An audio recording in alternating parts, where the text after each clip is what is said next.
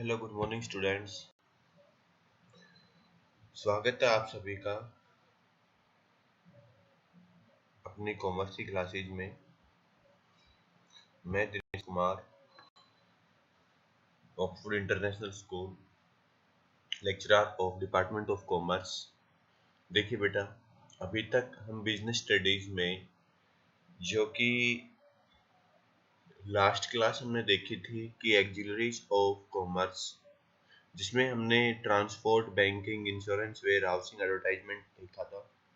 पहले बिजनेस की डेफिनेशन जानी, फिर बिजनेस क्या होता है, उसके ऑब्जेक्टिव्स क्या हैं, फिर टाइप्स ऑफ बिजनेसेस में प्राइम जो कि आपने पहले देखा इंडस्ट्रीज के टाइप देखे, जो कि कंप्लीटली आपने देखा था कि प्राइमरी, सेकेंडरी और टर्सरी। फिर आपने कॉमर्स देखा, कॉमर्स के भी टाइप देखे, एक ट्रेड और एक एक्सिलरीज ऑफ ट्रेड। अब हम बात करते हैं कि ऑब्जेक्टिव्स ऑफ बिजनेस, बिजनेस का ऑब्जेक्टिव क्या होता है। तो देखिए बेटा, सबसे पहले तो हम बात कर लेते हैं कि बिजनेस का मेन ऑब्जेक्टिव होता है प्रॉफिट अर्न करने का। तो देखिए, आप सभी को क्लियरली ही शो है कि जब भी हम कोई बिजनेस करते हैं तो हमारा प्राइमरी जो ऑब्जेक्टिव क्या होता है, यानी कि मेन मोटिव जो होता है प्रॉफिट अर्न करने का होता है। फिर उसके अलावा हमारे पास मल्टीपल ऑब्जेक्टिव्स हो जाते हैं, यानी सेकंड में हम क्या करते हैं कि हमारे पास कुछ और ऑब्जेक्टिव, जिसमें हम बात करते हैं, जिसमें एक ही अगर वर्ड में बताना हो कि बिजनेस का ऑब्जेक्टिव, तो प्रॉफिट मोटिव बोल देते हैं हम, objective as a profit of a business. अब हम मल्टीपल ऑब्जेक्टिव की बात करते हैं, तो जिसमें economic activities, social activities, other activities. देखिए बेटा, ध्यान से देखना, बहुत इंपॉर्टेंट है, आगे भी काम आएगा। और रियलिटी में जो बिजनेस का ऑब्जेक्टिव होता है वो यही होता है। सबसे पहले हम इकोनॉमिक आप सबको पता है, जिसमें पैसे की बात आती है, हमारा यानी कि बिजनेस बढ़ता है, मनी बढ़ती है, ग्रोथ बढ़ती है, उसको हम इकोनॉमिक ऑब्जेक्टिव बोलते हैं। तो सबसे पहला ही आता है कि मार्केट स्टैंडिंग। मार्केट स्टैंडिंग का मतलब होता है कि हम मार्केट में स्टैंड कर रहे हैं, किसी के सामने खड़े हैं, कॉम्पिटिटर के सामने खड़े हैं।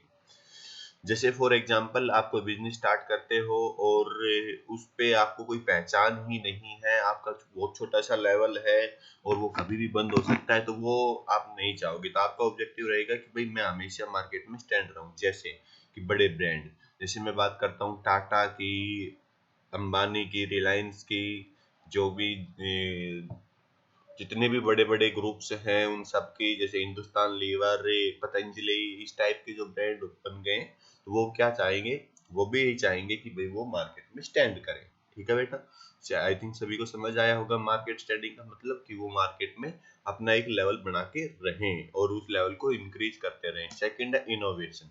इनोवेशन का मतलब होता है बेटा टाइम टू टाइम कुछ नया लेके आना, नया यानी कि इनोवेट करना, कुछ चेंज करना, according to situation, according to customers demand, according to market situations. तो ये सारी क्या है कि मार्केट के अकॉर्डिंग कस्टमर क्या चाहते हैं, उसके ही बेसिस पर उनके पैशंस, उनकी वांट्स, उनकी इच्छाएं, उनके बिहेवियर, इन सब को जानते हुए हमने अपने आप को क्या करना होगा, इनोवेट करना होगा, चेंजमेंट करना होगा, जो भी हमें हम जो कर रहे हैं उसमें चेंजमेंट करना होगा। फिर है आपके पास जो कि आपके पास प्रोडक्टिविटी। प्रोडक्टिविटी का मतलब आप अपने आप को, जो आपका प्रोडक्ट है, वो as a quality, as a scale आप बढ़ाते चलोगे उसको, उसमें आप अपने आप को एक बेटर क्वालिटी के रूप में लेके जाओगे और अपनी ग्रोथ करोगे और ज्यादा से ज्यादा सेल करने की कोशिश करोगे, यानी कि प्रोडक्टिविटी आप उसमें बढ़ाओगे। नेक्स्ट है आपके पास बेटा फिजिकल एंड फाइनेंशियल रिसोर्सेज।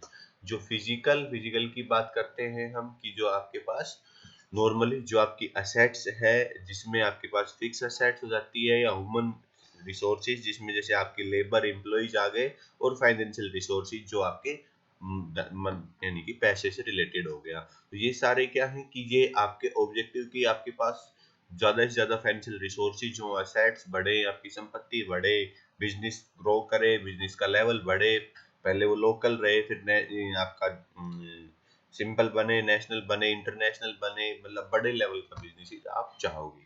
फिर लास्ट में है कि अर्निंग प्रॉफिट, तो यानी कि प्रॉफिट भी आप चाहोगे कि भाई मैक्सिमम प्रॉफिट जाए, अच्छे से अच्छा प्रॉफिट हो, बहुत सारा प्रॉफिट हो बिजनेस में। तो ये तो हो गए बेटा आपके पास इकोनॉमिक एक्टिविटी। अपॉर्चुनिटीज। तो आपने इनको अच्छे से समझना है, देखना है, वीडियो को देख के जहां पर भी लगे कि भाई ये पॉइंट नहीं हुआ उसको रिमाइंड करिए, और इसमें में भी फिर भी नहीं आता तो आप मेरे को टेक्स्ट मैसेज लिखिए और यानी व्हाट्सएप पे डालिए कि सर ये वाला पॉइंट इकोनॉमिक ऑब्जेक्टिव का ये समझ नहीं आया, तो आप बताइए, तो मैं आपको बताऊंगा। बहुत सारे स्टूडेंट्स वीडियो नहीं देख रहे हैं, तो उनसे रिक्वेस्ट है कि वो वीडियो देखना शुरू कर दें, पढ़ाई करना शुरू कर दें, और इनको अपनी वर्डिंग में लिखकर मेरे से चेक करवाएं। ठीक है बेटा।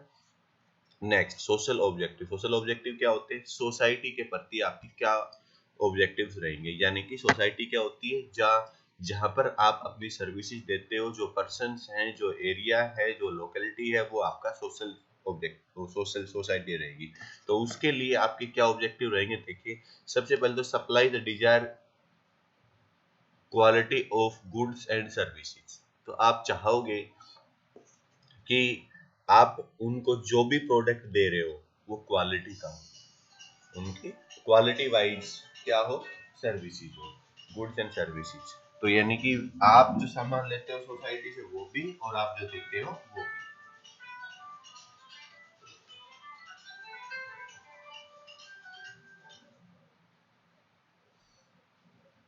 नेक्स्ट देखिए बेटा, नेक्स्ट जो पॉइंट दिया हुआ है आपको, वो सिंपली दिया गया है कि जनरेटिंग एम्प्लॉयमेंट अपॉर्चुनिटीज। आप जहां पर काम कर रहे हो, आप जिस बिजनेस को चला रहे हो, तो आपका ऑब्जेक्टिव होना चाहिए कि वहां उस सोसाइटी के जो पर्सन्स हैं, जो बेरोजगार हैं, उनको रोजगार दें, उनको एम्प्लॉयमेंट दें। यानी कि ऐसा नहीं है कि आप बिजनेस करते रहो और सोसाइटी के प्रति आपकी कोई रिस्पॉन्सिबिलिटी ना हो। आप मैक्सिमम से मैक्सिमम जॉब दीजिए, जिससे कि वो लोग, उन लोगों की इनकम बढ़े, और इनकम बढ़े तो वो भी क्या करें कि अपने लेवल को इंक्रीज करें, आपकी प्रोडक्ट को ज़्यादा से ज़्यादा खरीदने की कोशिश करें। तो कहने का मतलब क्या हुआ कि जनरेटिंग एम्प्लॉयमेंट अपॉर्चुनिटीज। तो आपको अपॉर्चुनिटीज क्या करनी चाहिए? जनरेट, यानी कि क्रिएट करेंगे एम्प्लॉयमेंट की। अगर बिजनेस करेंगे हमें जरूरत पड़ेगी लोगों की, और वो सोसाइटी के लोगों को हम रोजगार देंगे। फिर है आपकी कम्युनिटी सर्विस। कम्युनिटी सर्विस का मतलब जो भी आप सर्विस दे रहे हो वो कम्युनिटी के फेवर में होनी चाहिए। ऐसा ना हो कि भाई उनके अनफेवर में हो। जैसे कि नॉर्मली हम बात करें कि उनकी हेल्थ को प्रॉब्लम हो, या फिर सोसाइटी को कोई और रिसोर्सेज को प्रॉब्लम क्रिएट करे, या फिर उनको असुविधाएं क्रिएट करे। ये सारी चीजें क्या है कि कम्युनिटी सर्विसेज है। तो कम्युनिटी सर्विस क्या होनी चाहिए? बेटर होनी चाहिए, अच्छी होनी चाहिए, सोसाइटी के फेवर में होनी चाहिए, उनके डेवलपमेंट के लिए, वेलफेयर की होनी चाहिए। फिर हम बात करते हैं एम्प्लॉइज वेलफेयर। जो एम्प्लॉइज आपके पास काम कर रहे हैं उनके भले के लिए आपने काम करना है, उनकी ग्रोथ के लिए काम करना है, उनको उनके डेवलपमेंट के लिए हम क्या करते हैं? काम करते हैं। तो ये क्या है? हमारे ऑब्जेक्टिव है। फिर प्रोटेक्शन ऑफ इन्वायरमेंट। हमारा जो इन्वायरमेंट है, जो हमारे आसपास जो भी है, तो उसको हम प्रोटेक्ट करेंगे। ऐसा ना हो खराब, यानी कि हम जहरीली गैस वहां पर छोड़े, पोल्यूशन बढ़ाएं, तो ऐसा ना होना चाहिए। उसको हमने क्लियर करना चाहिए, साफ करना चाहिए, और उसको प्रोटेक्ट करने के लिए हमने काम करने चाहिए। तो हमारा बिजनेस इस तरह हम डिजाइन करेंगे कि ये सारे के सारे सोशल ऑब्जेक्टिव भी हमारे पूरे हों। अच्छी क्वालिटी के प्रोडक्ट देंगे, जॉब प्रोवाइड करवाएंगे, कम्युनिटी को अच्छी सर्विस देंगे, एम्प्लॉयज का डेवलपमेंट करेंगे, और हम अपने इन्वायरमेंट को प्रोटेक्ट भी करेंगे। अदर जो ऑब्जेक्टिव हो गए कि मैनेजर परफॉर्मेंस एंड डेवलपमेंट, यानी कि जो भी हमारी परफॉर्मेंस होगी, डेवलपमेंट होगा, उसको हम इंक्रीज करेंगे, अच्छे से मैनेज करेंगे। वर्कर्स की जो परफॉर्मेंस इन एटीट्यूड उसको चेक करेंगे, उनको बढ़ाने की कोशिश करेंगे, उनसे आउटपुट ज़्यादा से ज़्यादा लेंगे। यानी कि जो मैनेजमेंट लेवल है उसको भी, और वर्कर लेवल है उसको भी, कि भाई आपके जो स्टाफ है वो स्टाफ क्या करे, आपसे खुश रहे, आपके लिए अच्छा काम करे, जरूरत पड़ने पर वो एक्स्ट्रा काम भी करे, और आप भी उनके डेवलपमेंट के लिए पूरा ध्यान दें। तो ये क्या होने चाहिए एक बिजनेस के नॉर्मली ऑब्जेक्टिव्स। हमने बात की, तो इसमें बहुत कुछ आ जाता है बेटे। डिटेल में अगर हम इनको पढ़ें तो बहुत बड़ा है। मार्केट स्टैंडिंग ही एक अपने आप में एक पूरा चैप्टर होता है, इनोवेशन भी चैप्टर है, प्रोडक्टिविटी भी, हम supply desire quality and goods, ये अपने आप में एक बहुत बड़ा लेवल होता है। तो कहने का मतलब हमने इनको बहुत ही शॉर्ट में समझा है। जब हमारे पास इनको बड़े लेवल पर पढ़ने का टाइम आएगा तो हम उनको पढ़ेंगे। तो नॉर्मली मैंने आपको बताया कि बिजनेस का ऑब्जेक्टिव क्या होता है।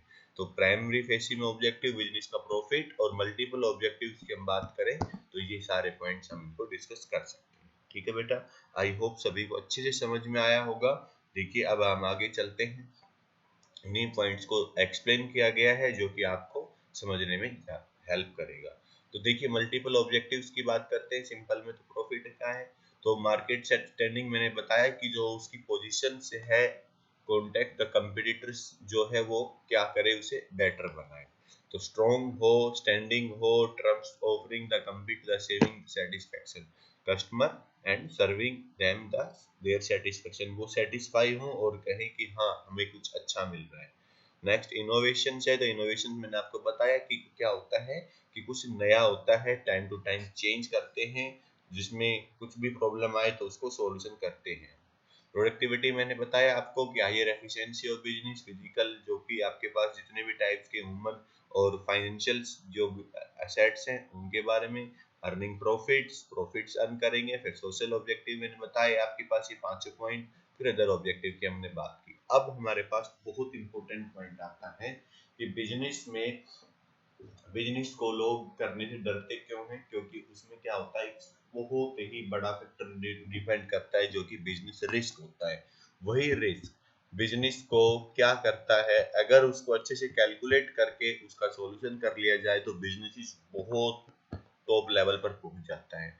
और अगर उसको हमने कंसिडर नहीं किया और उस पर ध्यान नहीं दिया, उसके जो फैक्टर्स थे उनको फॉलो नहीं किया, तो बिजनेस क्या हो जाएगा, ठप हो जाएगा, बर्बाद कर देते हैं। तो इसलिए हमें इसके बारे में जानना बहुत जरूरी होता है कि बिजनेस रिस्क होता क्या है। कुछ बच्चों की पहले भी क्वेरी आई थी कि सर बिजनेस रिस्क को कंप्लीट करें, तो यहाँ पर हम बिजनेस रिस्क को पूरा डिटेल में पढ़ेंगे बेटा। बिजनेस रिस्क क्या है, देखिए सबसे पहले इसको जान लेते हैं, बिजनेस का रिस्क का मतलब क्या होता है। Business risk refer to possibility of making in accurate profit और events suffering due to happening of an event, the suffering of a loss। देखिए बेटा सिंपल भाषा में अगर हम बात करें तो देखिए नीचे दिया गया है कि risk is the chance of loss, it's possibility to some unfavourable occurrence, या फिर रिस्क में भी defined the uncertainty regards to cost loss और डैमेज। देखिए कहने का मतलब क्या हुआ बेटा कि रिस्क का मतलब ही यही है कि वो पॉसिबिलिटी होती है कुछ अच्छा ना होने, कि अगर ये नहीं हुआ तो क्या होगा, ऐसा नहीं हुआ तो ऐसा होगा, और ऐसा हो गया तो हम क्या करें। तो वो रिस्क क्या है कि हमें किसी चीज की हमने पैसे लगाए, वो पैसे डूब गए तो अच्छे से हम नहीं मैनेज कर पाए, तो जो पॉसिबिलिटी होती है ना अनफेवरेबल ऑक्यूरेंस, यानी कि जो मौका है वो हम हमारा फेवरेबल ना होके अनफेवरेबल हो जाए, तो वो बहुत सारी कंडीशंस हो सकती हैं। तो लापरवाही भी हो सकती है या फिर कुछ और अदर फैक्टर भी हो सकते हैं। देखेंगे अभी बहुत सारे फैक्टर आएंगे कि रिस्क जो बिजनेस रिस्क है उसमें कौन कौन से फैक्टर आते हैं।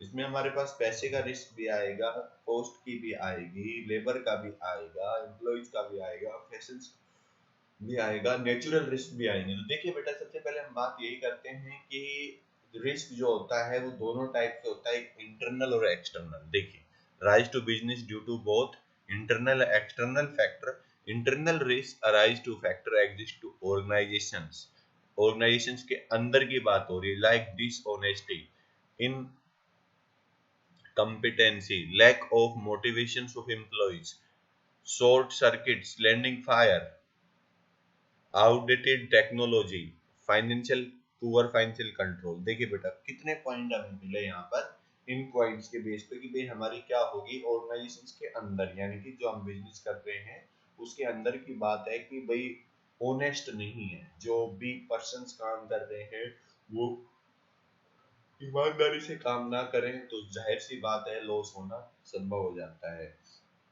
इनकैपेरेंसी हो, यानी कि उनके बीच में जो विश्वसनीयता है, विश्वास है वो ना हो एक दूसरे पर, जो कि जो फेथ करते हैं वो उनका प्रॉपरली ना हो।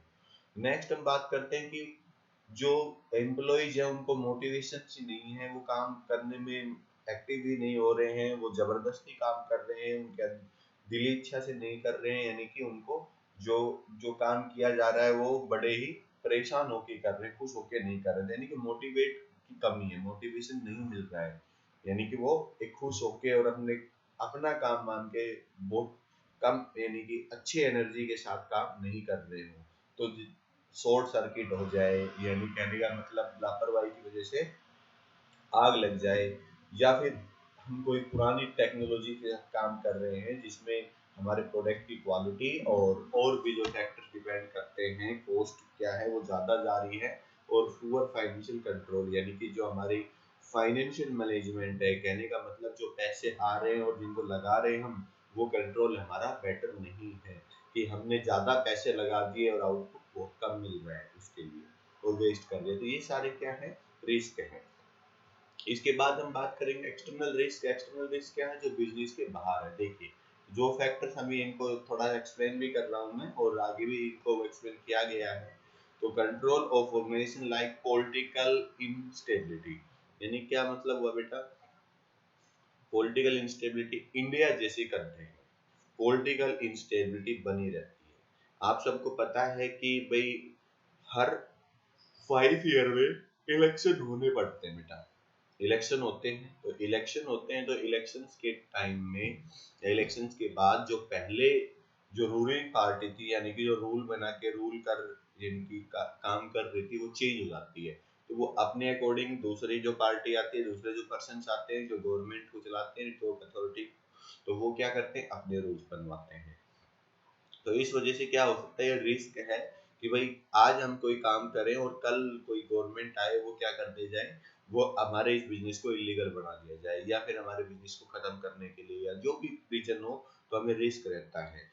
ये क्या है, आउटसाइडर है, यानी कि एक्सटर्नल रिस्क फैक्टर है। फिर कोई जैसे नेचुरल आ जाए, अर्थक्वेक आ जाए, भूकंप वगैरह आ जाए, तो उससे प्रॉब्लम क्रिएट हो सकती है, हमारा बिजनेस खत्म हो सकता है। कंपटीशन बढ़ जाए कि हमने अपना बिजनेस शुरू किया, कोई बहुत हायर लेवल की बड़ी कंपनी बड़ी टेक्नोलॉजी लेके आ गई, जैसे कि आप सब जानते हो कि टेलीकॉम कंपनी में जो जियो ने आया, और जियो ने आके दूसरी कंपनीज को क्या कर दिया, टैक्स कर दिया, तो कंपटीशन बढ़ा दिया गया। चेंज इन फैशन, फैशन में चेंज आ जाए, जैसे आप देखते हो कि आजकल फैशन का टाइम है, नए नए यानी कि कोई पुराना कोई प्रोडक्ट था, आप देख रहे हो बेटा कि पुरानी कोई टेक्नोलॉजी से काम हो रहा था, जैसे चेंजमेंट बहुत फास्ट हुआ है, चाहे वो व्हीकल्स हो या फिर कोई भी चीजें हो, घर बनाना हो या फिर कोई भी प्रोडक्ट हो, यहाँ तक कि आपका फोन ही देख लीजिए, कि जैसे ही आपकी नई एक अपग्रेड टेक्नोलॉजी आती है, फैशन चेंज होता है, आप फैशनेबल होते हो।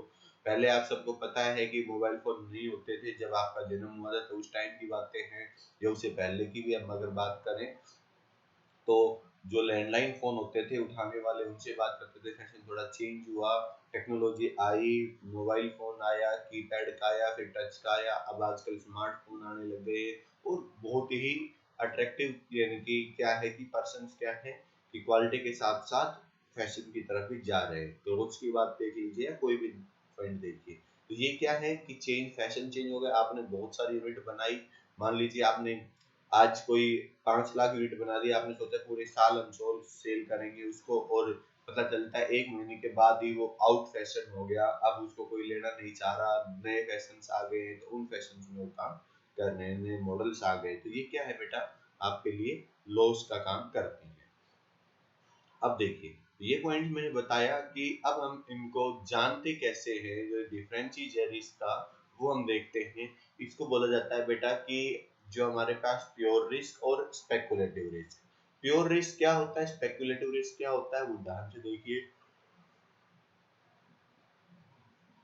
सिंपली आपको बताया गया है कि the types of business risk which involve only the possibility of loss और no loss is non is pure risk. यानी कि हम कोई काम कर रहे होते हैं, तो उसमें पॉसिबिलिटी होती है कि भाई कितना इसमें लॉस होने की चांसेस और लॉस ना होने के चांसेस कितने हैं, तो उसको हम प्योर रिस्क कहते हैं। स्पेकुलेटिव क्या होती है बेटा कि हमारे पास दोनों चांसेस होते हैं, possibility of gain as well possibility as loss, speculative risk. जैसे कि फॉर एग्जांपल आपको पता है कि भाई प्योर रिस्क का मतलब क्या है कि आप कभी भी आपने कोई काम नहीं किया, जैसे मैं आपसे कहता हूँ कि बेटा ये एक बिल्डिंग है, इस बिल्डिंग से आपने जंप करना है, ये बिल्डिंग है आपके पास, आपको जंप करना है, और जंप करोगे तो आपको 1000 रुपीज का क्या मिलेगा, इनाम मिलेगा। तो आप लोग सोचते हो कि चलो ठीक है, तो कुछ पर्सन देखते हैं कि भाई मैं वहां से गिरूंगा तो 100% मेरा पैर टूटेगा ही टूटेगा। तो उस केस में क्या है कि वो क्या है कि उसको पॉसिबिलिटी लग रही है केवल लॉस की, प्योर जो रिस्क है उसमें कि भाई मैं आज तक जंप नहीं किया, मुझे जंप करना नहीं आता, मैं एज ए प्रोफेशनल नहीं हूँ, तो मेरा क्या होगा कि पैर टूटेगा या कहीं और भी चोट लग सकती है, सर पे भी लग सकती है, मैं मर भी सकता हूँ। तो उस केस में क्या है, वो प्योर रिस्क है। स्पेकुलेटिव रिस्क क्या है कि आपको पता है कि आप पहले भी जंप किए हुए हो और आपको लगता है कि भाई मैं सेफली अगर कर गया तो मुझे बढ़िया प्राइज मिल जाएगा, और अगर नहीं कर पाया तो वो मेरा लॉस हो जाएगा, मेरा डैमेज हो जाएगा। ऐसे ही जैसे कि फॉर एग्जाम्पल हम कई बार क्या होते हैं कि श्योर होते हैं कि ये काम नहीं हो सकता, इसमें प्रॉब्लम आएगी आएगी, तो वो तो होता है प्योर रिस्क। और स्पेकुलेटिव क्या होता है कि उसमें हम चांसेस देखते हैं कि भाई हो सकता है कि हम इसको कम कर भी जाए और इसको नहीं भी। जैसे मैं आपको बोलता हूँ कि 10th में जैसे आपके पास कोई सब्जेक्ट था उसमें आप काफी डाउन थे और आपको कहे कि भाई क्या आपके 100 में से 100 मार्क्स आ जाएंगे, तो आप कहोगे नहीं आ सकते। तो वो क्या है बेटा, प्योर रिस्क, कि आपको पता है कि भाई मैं कितना भी करूं मेरे 100 नंबर नहीं आ सकते, कहीं ना कहीं कट सकता है 1-2 नंबर। लेकिन इसमें क्या है कि आप क्या मान के चलते हो, आपने जब फुल मेहनत किया और आपने पहले भी कई बार उसी सब्जेक्ट में मार्क्स ले लिए हैं फुल, तो आपको चांस रहता है कि फुल मार्क्स आज आ भी सकते हैं और 1-2 नंबर कट भी सकते हैं, कहीं मिस्टेक हो गई तो। ये था बेटा आपके पास प्योर रिस्क और स्पेकुलेटिव रिस्क का डिफरेंस। फैक्टर क्या है कि इसमें फैक्टर क्या है, पॉसिबिलिटी ऑफ फायर, थेफ्ट और स्ट्राइक। तो इन वजह से क्या हो सकता है, प्योर रिस्क, भाई आग लग गई, आग लगने से क्या होगा आपको पता है, सिंपली लॉस होना है, उससे कोई बचाव नहीं है। कोई चोरी करके ले गया, स्ट्राइक कर दी, ऑर्डर पूरा ही नहीं हो पाया, तो ये क्या है, प्योर रिस्क है। इफेक्ट क्या होगा इनसे, प्योर रिस्क में भी रिजल्ट लॉस, क्या बनेगा, लॉस बनेगा। तो इनमें हम क्या करते हैं, absence of loss generate of gain, यानी कोशिश करते हैं कि इनको हम कैसे हम यानी कि इस रिस्क को, प्योर रिस्क को खत्म किया जाए, मिनिमाइज किया जाए और इसको प्रॉफिट में इंस्टेंट यानी कि चेंज करा जा सके। अब हम बात करते हैं स्पेकुलेटिव रिस्क। तो क्या होता है कि the key factor include the change in demand and supply, fluctuations of price, change in preference and taste of buyer. ये बेटा देखिए 3 पॉइंट बताएं। डिमांड क्या होती है, डिमांड होता है मांगना, सप्लाई होती है उस चीज को पहुंचाना। यानी कि जैसे फॉर एग्जांपल आप किसी दुकान पर गए, आपने उनसे क्या मांगा कि आपने कहा कि भाई मुझे एक ये शैम्पू दे दो, तो वो शैम्पू आपने मांगा तो आपके लिए क्या हुई, डिमांड हुई। तो अगर वो शैम्पू उसके पास है तो उसकी सप्लाई आ चुकी है।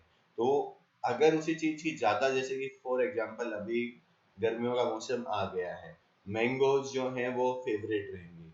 कुछ लोग मैंगोज को डायरेक्ट यूज करते हैं, कुछ उसका शेक बनाते हैं, कुछ सेतु वगैरह बना के, यानी कि जो भी है वो यूज करते हैं, भाई चलो मैंगो है, फ्रूट्स है, हम यूज करेंगे इनको। तो क्या है कि मैंगो की जो डिमांड अब आने लग जाएगी मार्केट में, तो डिमांड के अकॉर्डिंग क्या करेंगे, जो किसान है वो उस सामान को पहुंचाएंगे और सप्लाई होगी। जैसे आप नॉर्मली हम बात करते हैं, जो भी आप घर में प्रोडक्ट लाते हो तो उस चीज की जैसे ही आपको जरूरत होती है तो आप जाके डिमांड करते हो, मांगते हो तो हो सके ना भी मिले तो ना मिले तो सप्लाई नहीं हुई। सप्लाई का मतलब वो सामान वहां तक पहुंचाना, जो कि कौन होता है, प्रोड्यूसर। प्रोड्यूसर कौन होते हैं बेटा, जो सामान को बनाते हैं। जैसे कि फ्रूट्स और फूड जो सब्जियां होती है, वेजिटेबल्स होती है या अनाज होते हैं, किसान उगाते हैं। तो किसान क्या करते हैं, उसको बेचते हैं, यानी कि मार्केट में जो मार्केट मीडिएटर होते हैं वो क्या करते हैं, सप्लाई करते हैं।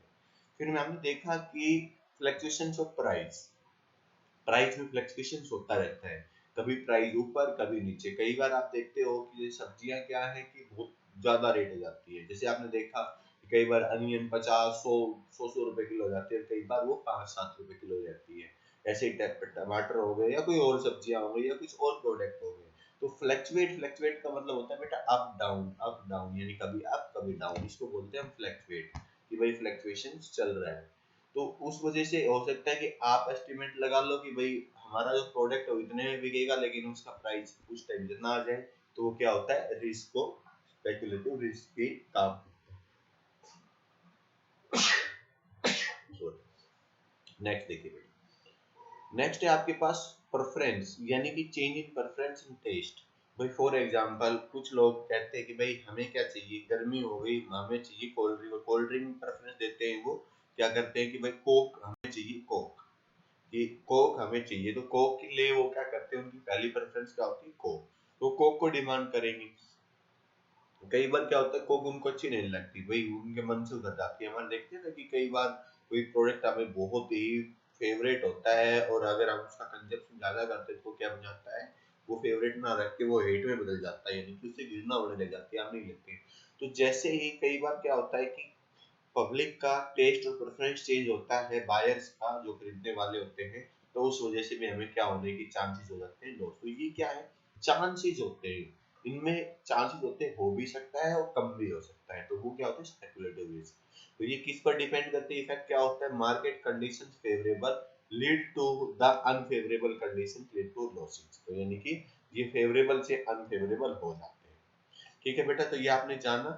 इसके आगे देखिए कि हम बिजनेस रिस्क को, कंसेप्ट ऑफ बिजनेस रिस्क देखेंगे, जो अभी अभी हमने पढ़ा है इसको। फिर नेचर ऑफ बिजनेस रिस्क की हम बात करेंगे। तो नेचर ऑफ बिजनेस रिस्क क्या है, इस रिस्क को हम क्या करते हैं, चार कैटेगरी में बांटते हैं कि अराइज टू अनसर्टेनिटी। देखिए business risk arise to uncertainty, ये अनसर्टेनिटी की वजह से आता है, ये essential part of every business, हर बिजनेस का एक अंदर का एक पार्ट होता है। ठीक है, degree of risk depend two upon the nature of size of business, छोटे बिजनेस में कम रिस्क होगा और बड़े बिजनेस में ज्यादा रिस्क होगा। Profits awards to risk bearing, जो प्रॉफिट्स है तो उस प्रॉफिट अगर अच्छा होता है तो उसको हम रिस्क बेयरिंग में कन्वर्ट कर सकते हैं, यानी कि रिस्क बेयर करके हम अच्छा प्रॉफिट ले सकते हैं। ठीक है बेटा, तो ये हमारे पास चार पॉइंट्स थे, तो इनको आपने क्या करना है, देखना है, पढ़ना है। उसके बाद काजिज ऑफ बिजनेस रिस्क आएंगे कि कौन कौन से केस होते हैं, इन केसेस को हम क्या करेंगे, हम नेक्स्ट वीडियो में देखेंगे, जिसमें हम ये देखेंगे कि ह्यूमन जो एक्टिविटीज होती है वो कैसे होती है। तो ये जो काम है हमारा, ये हम नेक्स्ट वीडियो में देखेंगे। तो आपने अभी तक क्या करना है, केवल केवल जानना है कि बिजनेस रिस्क क्या है, और उससे पहले हम बात करेंगे कि यानी कि ऑब्जेक्टिव क्या होते हैं बिजनेस के। बिजनेस ऑब्जेक्टिव, जिसमें आपके पास प्रॉफिट मोटिव मल्टीपल का, देन उसके बाद जो आपके पास कंसेप्ट ऑफ बिजनेस रिस्क, और बिजनेस रिस्क में प्योर रिस्क और स्पेकुलेटिव रिस्क। यहाँ तक आपने क्या करना है, इसको देखना है और पढ़ना है, अपने वर्डिंग में लिखना है, मेरे से चेक करवाना है। जिस भी स्टूडेंट्स को अगर कोई प्रॉब्लम आती है तो वो क्या करवाएगा, वो दोबारा से मेरे पास कॉल करेगा, मैसेज करेगा और बताएगा कि सर मुझे प्रॉब्लम हो रही है, तो आप मुझे इसको दोबारा से बताइए। ठीक है बेटा, तो आज के लिए इतना ही, आप पढ़िए, सेफ रहिए, थैंक यू फॉर वॉचिंग।